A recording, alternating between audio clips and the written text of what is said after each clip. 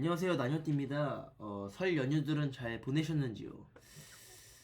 다름이 아니라 영상을 찍게 된 게 제 라이브나 이런 데에서 가끔 뭐 질문들이 많아서 말씀을 드리도록 하겠습니다. 이번에 설 연휴 때 제가 총 60개를 이제 롱포지션을 홀딩을 해서 약 10만 불 정도 수익을 냈습니다. 이제 그때도 채팅에 질문이 있었는데 제가 설 매매는 녹화를 하지 못해서 영상은 안 남아 있지만 어떻게 하면 이제 수익을 크게 가지고 갔나요? 그리고 이제 리스크 관리를 어떻게 했나요?에 대해서 질문이 있었기 때문에 매매 복귀 겸 수익을 극대화하는 방법을 알려드리도록 하겠습니다.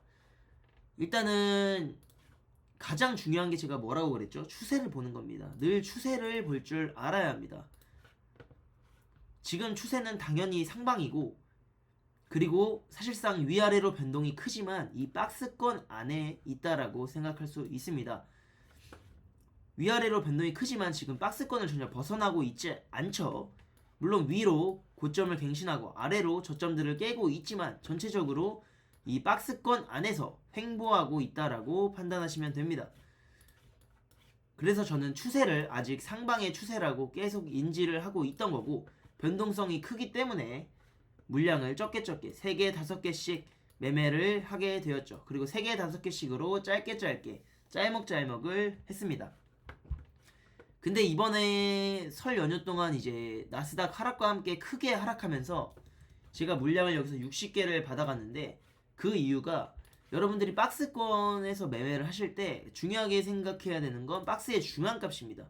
박스의 중앙값은 박스권에서 어떻게 보면 가장 좋은, 그러니까 생존율이 좋은 자리예요. 박스권의 중앙값으로 평단을 맞춰놓는다면 어찌저찌 박스권이 깨지지만 않는다면 살려주게 되어 있습니다. 위아래 청산가가 이런 구간이 아니라면 이 중앙값은 늘 살려준다라는 거죠. 박스권은. 그래서 이런 식으로 하락이 나올 때 지금 보시면 중앙값 기준으로 위쪽 상단에서 놀고 있잖아요. 위쪽 상단에서 놀고 있기 때문에, 그리고 캔들 보시면 매수세가 강하기 때문에 아직 저는 매수세가 죽지 않았다라고 생각을 하고 상승 추세가 꺾이지 않았다라고 판단을 했습니다. 그래서 여기에서부터 롱 물량을 받아갔으며 이렇게 큰 하락이 나왔을 때 물량 60개를 받게 되었습니다. 물론 원래 저라면 60개를 받았을 때 상승을 하게 되면 60개에서 비중을 덜고 순환매를 돌려서 탈출을 하거나 아니면 이제 본절에 나오거나 수익을 조금 먹고 나왔겠지만 이번에는 꽤나 길게 홀딩을 하였습니다. 그 이유는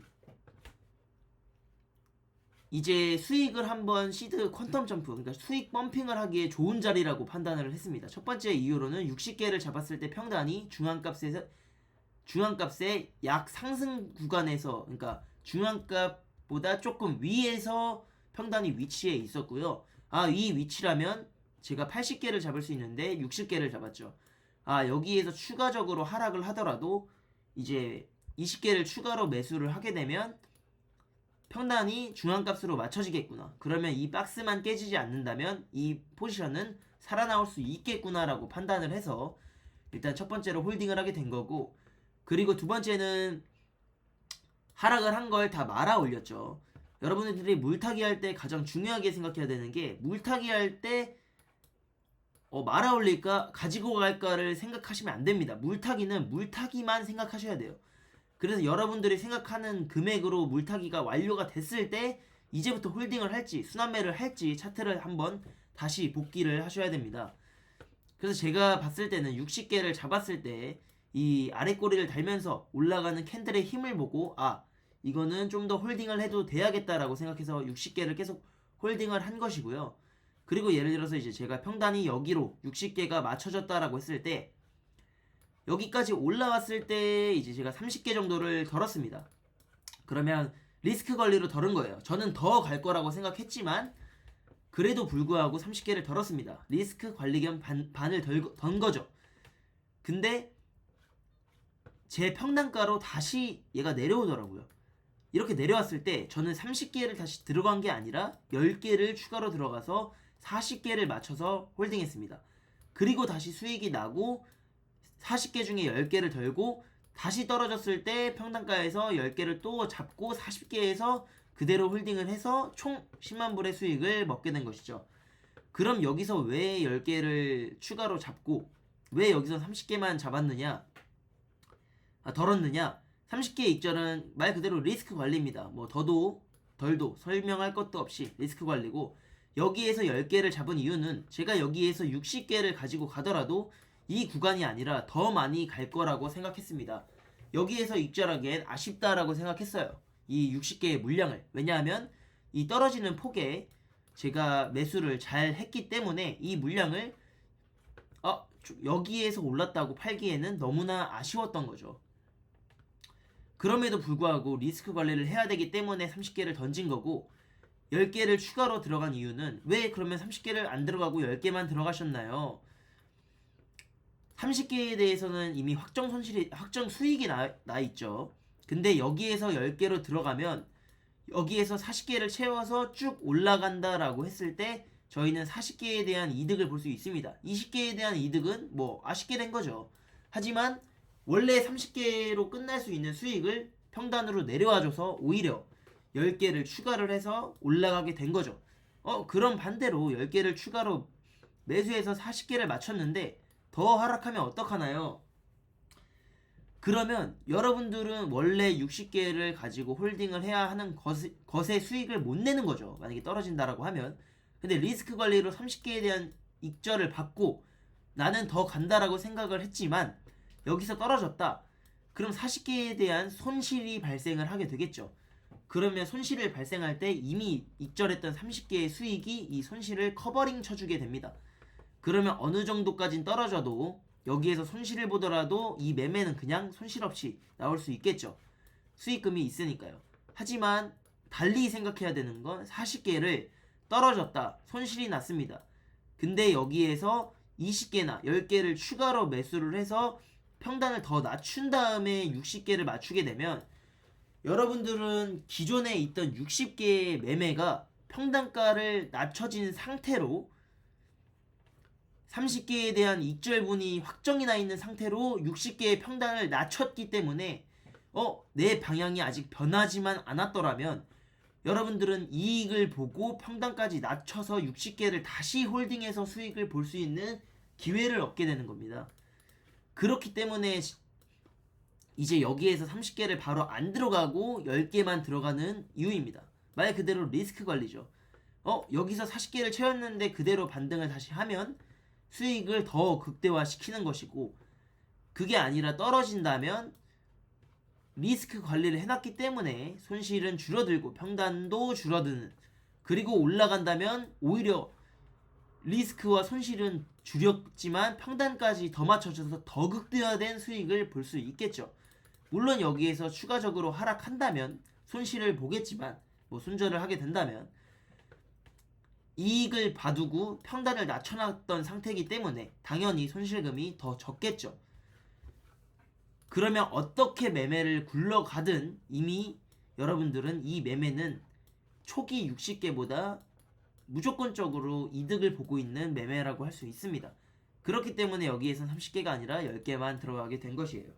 그렇게 리스크 관리를 하게 된 것이고, 그리고 이제 제가 60개, 40개를 홀딩한 이유에 대해서는 말씀드렸던 대로 추세가 깨지지 않고 박스권에서 이 박스 중앙값을 보호해주고 박스 중앙값을 뚫고 더 내려오더라도 탈출을 시켜줄 것 같은 평단이 맞춰졌기 때문에 홀딩을 하게 된 것입니다. 원래라면 순환매를 돌리는 게 훨씬 안정적이고 리스크를 줄이는 매매가 맞습니다. 하지만 여러분들이 매매를 하다 보면 특정 상황이나 특정 조건이 됐을 때 승부를 볼 눈이 생기게 돼요. 그때 이제 순환매가 아니라 방금처럼 익절로서 평단을 넘기고 익절로서 홀딩을 해서 익절로서 30개를 덜고 익절로 리스크 관리를 해서 물량을 크게 가지고 가거나 그런 식으로 가끔은 물량을 가지고 가는, 그렇게 매매를 해서 시드가 퀀텀 점프가 되는 매매를 하셔야 할 거라고 저는 개인적으로는 생각합니다. 그리고 물량을 많이 가져가는 게 한 번에 푸시드를 배팅을 해서 크게 먹어서 시드가 퀀텀 점프 됐다. 이거는 언젠가는 망하게 되어 있습니다. 그것보다는 매번 3개, 5개 뭐 이런 식으로 본인이 이제 적게 매매를 들어가서 짧게 수익을 보다가 이런 식으로 내 방향이 아직 틀리지 않았지만 크게 하락이 나왔을 때 또는 숏을 치고 있는데 크게 상승이 나왔을 때 그때 3개, 5개씩 물타기를 들어가서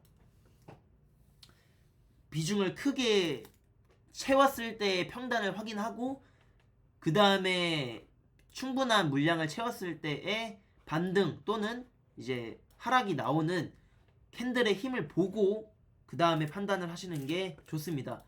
그리고 지금 매매가 위아래로 1K, 2K, 막 3K씩 무빙을 하는 미친 무빙이고 비트코인이 100K를 넘어서 굉장히 비쌉니다. 비싼 매매를 해야 되기 때문에 여러분들이 물타기를 하더라도 제 라이브를 보셨으면 알겠지만 제가 여기에서 5개를 진입을 했는데 이 구간에서 또 5개를 진입을 한 게 아니라 이 구간에서 아예 진입을 하지 않고 오히려 더 많이 떨어졌을 때 10개를 진입하는, 원래라면 이 구간에서 5개, 이 구간에서 5개 이런 식으로 매매를 했다면 변동성이 크기 때문에 여기에 물려도 어차피 변동성이 크니까 본전 탈출은 시켜줄 거야. 그러니까 여기에서 괜히 5개 들어가서 물량을 크게 걸고 리스크 있게 매매하지 말자로 생각하고 평상시보다 원래 물타기 했던 것보다 더 많이 오르거나 더 많이 떨어졌을 때 차라리 이때 원래 5개를 들어가고 5개를 들어간 거를 한 번에 10개를 들어가는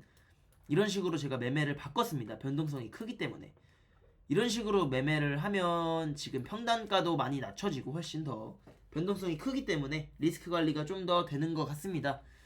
이거는 뭐 개인적인 생각이고 어쨌든 이런 식으로 매매 복귀를 좀 해봤고요.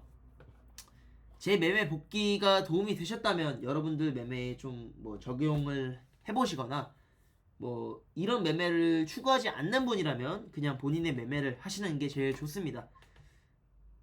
어쨌든 여러분들이 매매가 늘 성공하시기를 바랍니다. 그리고 뭐 질문이나 이런 거 항상 텔레그램이나 카톡으로 남겨주시고 제가 이제 영상을 많이 안 올리는 이유가 뭐 제가 매매하는 전부를 사실은 이미 영상으로 올렸습니다.